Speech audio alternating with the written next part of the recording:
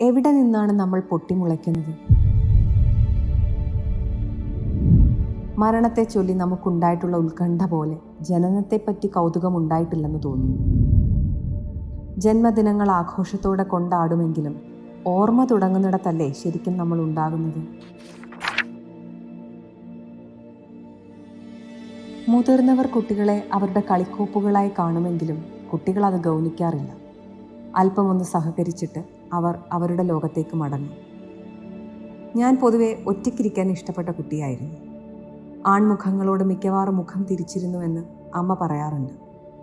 എൻ്റെ ഭാവനാലോകത്ത് കഴിഞ്ഞ ജന്മത്തെ ഓർമ്മകളും സിനിമ കാണാൻ കഴിഞ്ഞ നാൾ മുതൽ രാഗിണി, വിജയ, മിസ് കുമാരി തുടങ്ങിയ നടിമാരും ടാഗോറും പിന്നെ ഭിത്തിയിൽ തൂക്കിയിരുന്ന കളർ ചിത്രത്തിൽ നിന്നും മനസ്സിലേക്ക് കയറിക്കൂടിയ ശ്രീകൃഷ്ണനുമായിരുന്നു.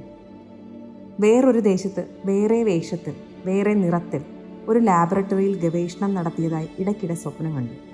അതിനാൽ കഴിഞ്ഞ ജന്മത്തിൽ ശാസ്ത്രജ്ഞ ആയിരുന്നതായി ഞാൻ സങ്കല്പിച്ചു. അത് ശരിയായാലും ഇല്ലെങ്കിലും അടുത്ത ജന്മത്തിൽ ഒരു ശാസ്ത്രജ്ഞ ആകാൻ ഞാൻ ആഗ്രഹിക്കുന്നു.